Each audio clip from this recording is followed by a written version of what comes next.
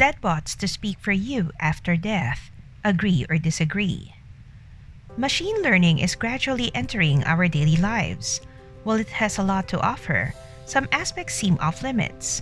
One example is a deadbot, a chatbot representing someone who died. Are deadbots ethical? Chatbots are a thing now. You can actually access some of them in social media and app stores today. According to Oracle, a chatbot is a computer program that simulates and processes human conversation. Imagine yourself talking to AI right at your fingertips. If AI becomes smart enough to understand what you think and feel, it may become a handy companion. However, smart AIs may be perceived as a threat. Many sci-fi films and video games have shown how AIs could take over the world in the organic versus synthetic concept. In the conversation, Sara Suarez Gonzalo, a postdoctoral researcher at the Open University of Catalonia, discussed deadbots, specifically ethical concerns. This version of a chatbot mimics a deceased person. The researcher was struck by the case of Joshua Barbu, who used Project December to make a chatbot. His goal was to make conversations with his deceased fiancée, Jessica. Barbu could exchange SMS with synthetic Jessica. The ethical question asked by Suarez Gonzalo is, why would it be right or wrong, ethically desirable or reprehensible, to develop a deadbot? Research on deadbots isn't mainstream yet, so data isn't much. One factor to consider is our moral obligations to the dead. We schedule wakes and ensure proper burials for our deceased loved ones. We say our goodbyes and mourn the loss.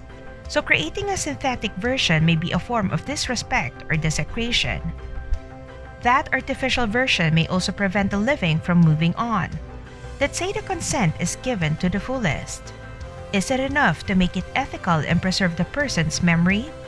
We don't know what will happen to the one talking to the synthetic alternative after years. There's a chance they may forget the original, thinking the deceased has transcended or preserved in a bot.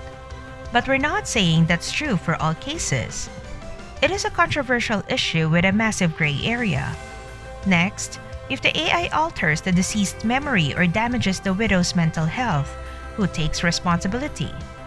AI experts offer two approaches: the one who designed and developed the chatbot and the agents interacting with them. But the developer is likely to take the bigger hit because the chatbot should be limited in the first place. The deadbot should be constrained in the deceased's known habits, likes, dislikes, and everything in between, all about their memory when they were alive. The subject is weird and disputable, which needs an open discussion to better understand how deadbots will affect the public. Would you hire a deadbot to mimic your deceased loved ones? Would you permit your image and memory mimicked by a deadbot? Share your thoughts in the comment section. Till our next video, thanks for watching.